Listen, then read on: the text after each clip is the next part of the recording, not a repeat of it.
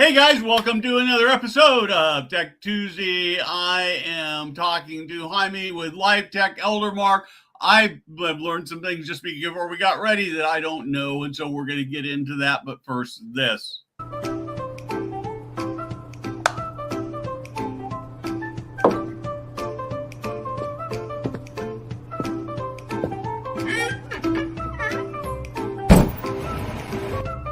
Hey guys, Steve Moran here.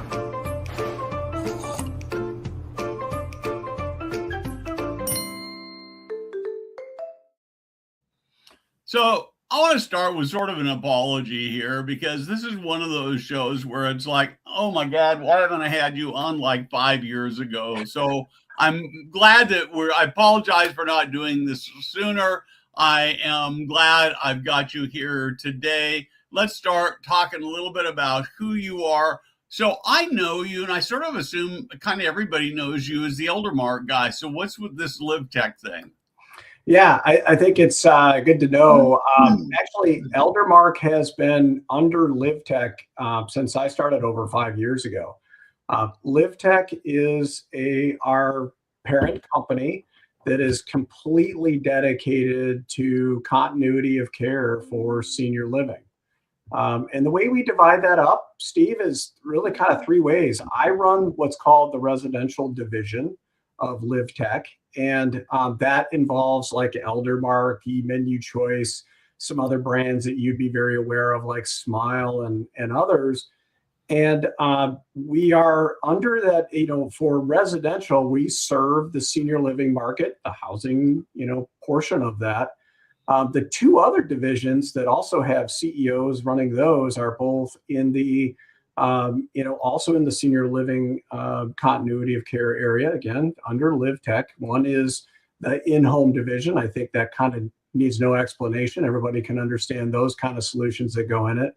And then the other is the physician division, which involves, rounding physicians who go into senior living centers, go into skilled nursing, palliative care. The commonality between all of it is there's software solutions and analytics and also supporting services to that help, again, drive continuity of care no matter where the senior is in their setting, that we're able to serve them over that. And we're starting to see a lot of our customers kind of play in all three of those areas. So it's really kind of exciting times in the world of kind of senior continuity of care. Okay, this is really terrific. So I'm a senior living operator. I'm sitting here watching the show as it unfolds. Talk to me a little, I mean, you sort of touched on it, but talk to me a little bit more about why this is important to me. Yeah, it's really because senior living is becoming more of what I'll call a distributive healthcare model. And so it's not just about housing. It's, where do I want to, where do I want my care? Do I want to be in home? And if I am, then I do for now, and that's appropriate for me and my family. And at some point, maybe it becomes more, that starts becoming a shift towards senior housing and those kind of things. But again, it's really just about being very, flexible in terms of what the individual is really looking for in terms of their care as they age in place or want to be moving into a senior living center or those kind of things. So it's just really about being flexible, and then again having continuity of care. The data is transferred from place to place, so it's portable. Just like how acute care has evolved over the last 20 years, we really want it to be that way, to be interoperable, and that such that, hey, look, wherever I go in my aging spectrum, I'm going to be followed with the right records and all of those kind of things to help inform those who are going to be taking care of me, that for the right type of care that they need, and onwards as well. Okay, so I got to ask this question. I'm 71 years old, right? So what that means, one of the things that means, there are lots of things I like about it, but one of the things I mean it means is I spend more time going to the doctor and getting tests and all that kind of stuff. And one of the things I really like is that my healthcare system uses the Epic platform, which means that I can log on and see all my stuff. In fact, oftentimes I get to see my test results because I'm kind of compulsive about this. I'll see them before my doctor does. Few of doctors won't release them, but most of my doctors release them just, as soon as they're available, I'm access. But that seems to be lacking in the senior living space. How about for your platform? Can I get in and see my stuff? Yeah, that's actually, Steve, that's a great question. That is where senior living and in general, senior care has got to evolve to. They are very siloed, as you know. The more interoperability that we can bring into this, and I think you're starting to see a shift to that. Again, as I talked about, the distributed healthcare model kind of drives that. We want to be able to give a longitudinal record of care for each individual, and that involves care outside of within our domain. Let's just say within Eldermark or something like that. When they start having to go to the like you said, you go see a physician, your physician, or you may go to the hospital. All of those things need to start being brought back into the resident record. And so that's what and look, this is a problem that everybody's trying to solve. And I think we're getting there. It's taking longer than we would have expected, but I know that we're on a track to get there. And I know LiveTech is very dedicated to that longitudinal model. Why we are, everything that we have, whether it's dining services management, which has, obviously a big aspect to your health and well-being. As well as your activities that you go to and all of that, all of the life enrichment type things. Those are important pieces to your overall well-being and also potential decline that we want to track long term. So let's see, where do I want to go? I have so many things I want to ask about. Let's go to AI next, and then I'll get to the follow-on question.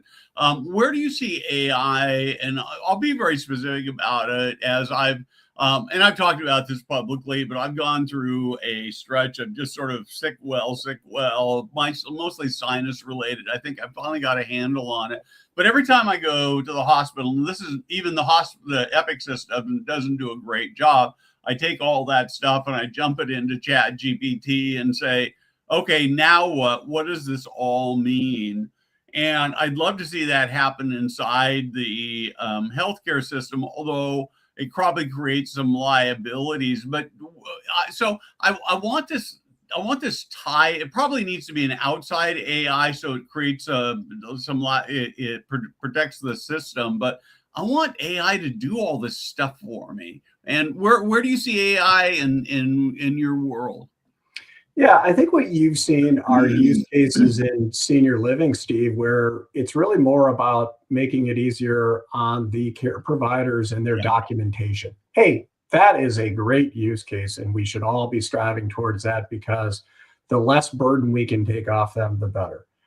What we're starting to see now, and we're a big driver of this, is real-time clinical decision support. Exactly what you're talking about. You shouldn't have to take all of your PHI and everything and load it into into ChatGPT and have it render you some clinical decision support. That should be within systems which are also protected. And I think you're really starting to see those kind of things. My past, before I came into senior living over 5 years ago, was in acute care, in physician practice, into ambulatory.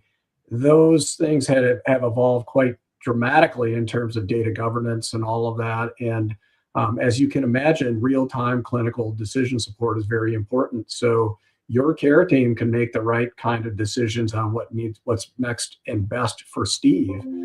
So that's where we're heading now. I really see that happening, and that's where it really gets transformational, I think. You and I were at SL100. I had a chance to present to that entire audience of, I don't know if it was 500 people or how many, but it was pretty extensive. And what we showed was really a transformational use of AI that we brought to market, which is, hey, look, what we're doing in terms of predicting falls based on data, very rich data. Eldermark is over 30 years old. And so it's been a massive collector of data over the years, and we can train our models on that data.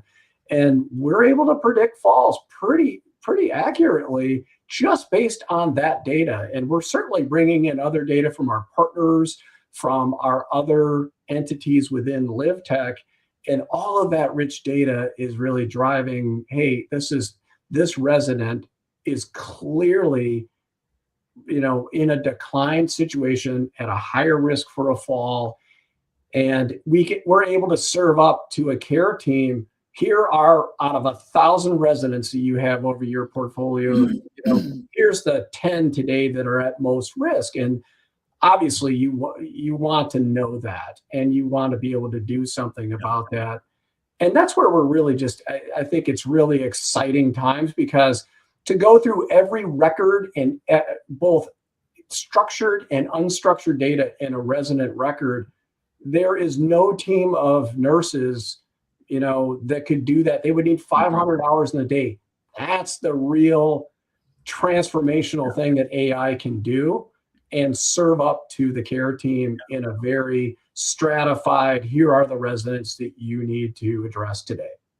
Yeah, it is it's so exciting. It's so scary. It's so overwhelming. I was at LTC 100, so skilled nursing, last week in Scottsdale, and a Stanford physician did the closing keynote, and I've got a little interview we'll put up in the next few weeks with him. But one of he's got a whole platform, and they're like 5,000 or 10,000 different technologies for aging care on this, all sort of AI based. But right now I'm looking at the industry, and it feels like there are 1,000 companies out there with sensor technology. I don't know, are you guys doing sensor technology? Yeah, we work with a number of partners that are doing some very interesting things in terms of, and we have many customers that are adopting those. And so all of that is, wearables and all that. I have an Aura Ring. I have the iWatch. I watch myself, right? So we all have things that, we want to be aware. How well am I sleeping? What are my vital signs? All of those kind of things, oxygen saturation. I think they're just great inputs to what I'm talking about of AI transformation. So one of the things he showed us that I'm really fascinated by, and I wonder if it'll just gallop over all the sensor technology, is they've got these patches that'll do things like EK, all the stuff that this stuff does, only much better, much more accurate. They can do EKGs, they can do all kinds of things, need to be replaced about once a month. And so it's so fascinating to look at where all this is going to go.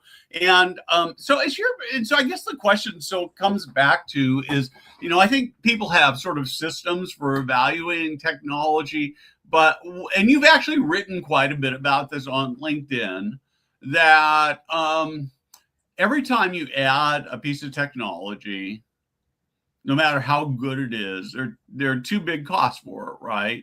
The first is the economic cost, which we talk a lot about, but the other is the staff burden. Somebody's got to care about it. Somebody's got to manage it, and it can be overwhelming. And so talk to me how you're thinking about that.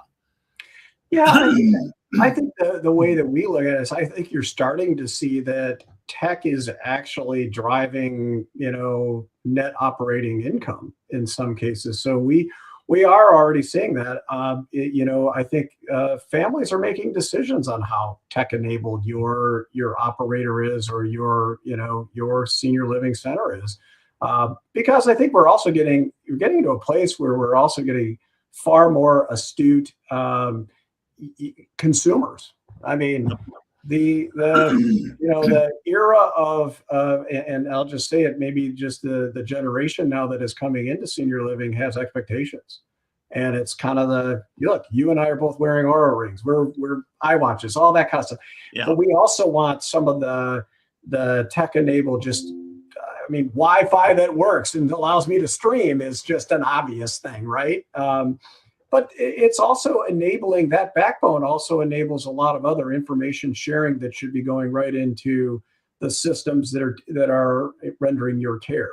So I think you're just starting to see that shift at a very fast pace now, because AI has so much promise and it's delivering it in the right ways that I think it's forcing everybody to think more about how am I enabling that technological information exchange. And I think that's one of the things that we're seeing now. It's not just about a little bit of data that you get through an API that's going to matter. It's going to be a whole nother level of data sharing between and interoperability between those who, those who participate within a senior living center, for instance. If you have somebody like Care Predict, for instance, and you have Eldermark, those are all things that, that level of data that's going to need to be shared there is going to be at a much greater, at a much greater rate and a much greater volume than what an API puts through, because that's where the real drive and the value will be derived from AI, is when you have that full data set. And it's not, as I said, Steve, it's not just structured data anymore. These models are very, very good at, deciphering physician notes, nurse notes, all of those kind of things. And I've seen a lot of them that are kind of very cryptic and even, a little bit of fat fingered here and there. Yep. But the AI reads right through that, knows what your intent is, and it's able to synthesize that in something that is meaningful and come back to the care team and say, here's why you should be concerned about this resident. And it's an emerging issue. So I think, again, that kind of data sharing is something we're gonna all have to, as an industry, continue to challenge every vendor and everybody to make sure that we drive through with that. So how do we make sure the tech doesn't overrun the frontline care staff? I worry a lot. I mean, I sort of have this dream, and maybe you can do it now. I would love to have you tell me that this worked. I have this dream that a caregiver is carrying a device, probably it's an app on their cell phone. They've got an earbud as they get this list of residents that they've got to serve for the day. And as they walk up to Mrs. Jones' room, the sensor says, "Oh yeah, you're going to Mrs. Jones' room next. Let me just sort of here are the things you should be paying attention to." And then she walks in and she's talking to Mrs. Jones and sort of describing what she's doing, because she knows there's this ambient listening device. And at the end of the time, and it's also conversations, and it's capturing the tone of the conversation. It's capturing the care that's being given. And when she walks out, the checklist of things that need to get done are checked off, and a notification of something was missed. The record has been synthesized to go into the EHR, and anything is flagged is there. Is that, how close are we to that? We're pretty close, but we are also still far away. Okay. So I'm going to answer that way.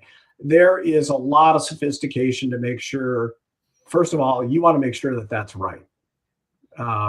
And so we don't want to send staff off onto the wrong, or I would say, more importantly, the analytics and data that you have are high integrity, because when they are high integrity, you can do some amazing things with AI. I'm sure you can fully appreciate that. That's very important that we do that. Those, a lot of what's going on today, to your point, somebody's carrying this into, I'm carrying my phone into with the software on there to confirm services, any add-on services, make sure that there's any documentation of the care for that particular resident. All that goes back into the EHR and other systems. And so I think, a lot of that's happening now. Now, making sure that it goes back into the right fields in the right format that can be used for, the good that we want it to. that's the trick. I don't think we're very far away from that. In fact, we are actively working on that where we are at, and because we do feel like that is going to be the next step in reducing the administrative labor burden and all of that. And again, our whole goal is to get the care providers to care for their residents and not be doing, locked up into doing documentation and all of those kind of things. That is well on its way there. And I'm excited about it because I think that is going to highly impact the concerns we've all had around labor and the shortage of that and the turnover rate. I was very surprised at the turnover rate in this market. It's kind of like the hospitality market, right? So, yeah. It's you've talked a lot about burnout, and I think that one of the things that I get so excited about is the more we can let technology do sort of the mundane, the everyday tasks that that need to be done, and give you give a caregiver, you take 20 minutes off their day of doing sort of mundane, boring stuff that's really important to be done but doesn't have human interaction, and you hand that back to them so they can sit with a resident and play cards with them or do a puzzle or just have conversation or watch the world go by. And that's a game changer. Yeah, you hit it on the head there. That's exactly what we should be getting back to, is more personalized care for the residents and spending time with them, forming those relationships. And I think that is the promise that technology is already delivering, and it will in mass scale over it's not going to take very long. This is moving at a very fast pace. We are absolutely staying on top of it because we know what a transformational opportunity it is for senior living, for sure.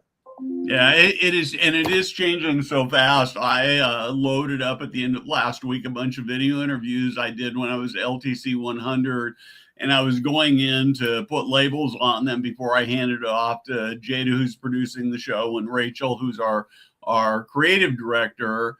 And as I was labeling, I was sort of going back and forth trying to make sure I got all the names right. And lo and behold, Google Drive goes in and listens to it, creates a transcript, and puts all that information in there and made it a whole lot easier for me. And it's just like every day you wake up and there's this new thing that's happening. Right. So it's very exciting. A week or so ago on LinkedIn, you posted something about how, in talking to something like, I think you said 40% of the conversations you had with leaders are talking about how margins are out of control. Can you talk to me a little bit about that? Yeah, I think they're where they need to go, and where we're all trying to go to, is to make sure that I think maybe it's the fallacy out there that, hey, I got to get my occupancy much higher. Actually, what you need to do is make sure everybody is in the right level of care. Too often, we are having residents in senior living who are in the wrong level of care.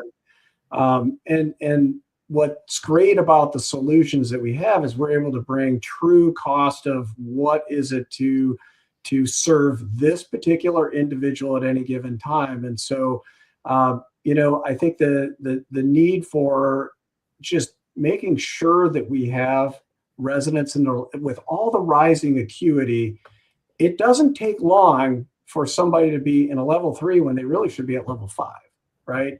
And so for us, it's very important. Again, I go back to we call it, the morning newspaper at Eldermark and in LivTech. We want to serve up analytics that give you the morning newspaper that say, here are the things you need to do today to drive operational and improvement, clinical improvement, and overall health and safety of your residents. And so we serve that up at a macroscopic level, but then also down to the individual level.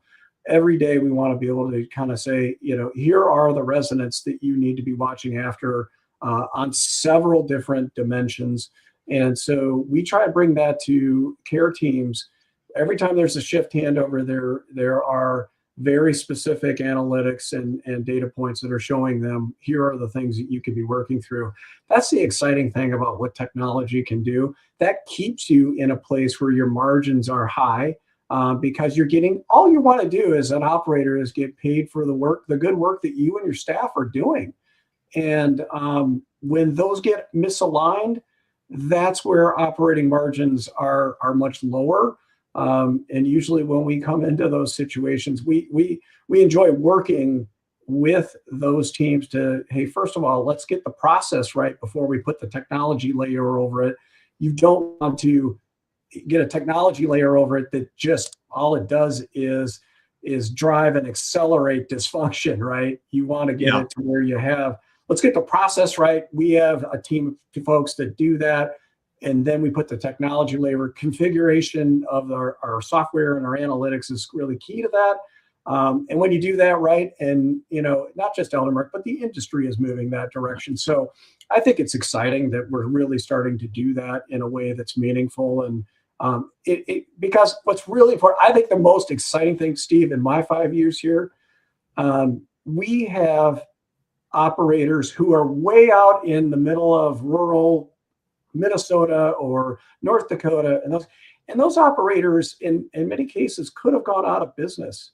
And when we came to the scene, we were able to help get them upside right, and they stayed in that community.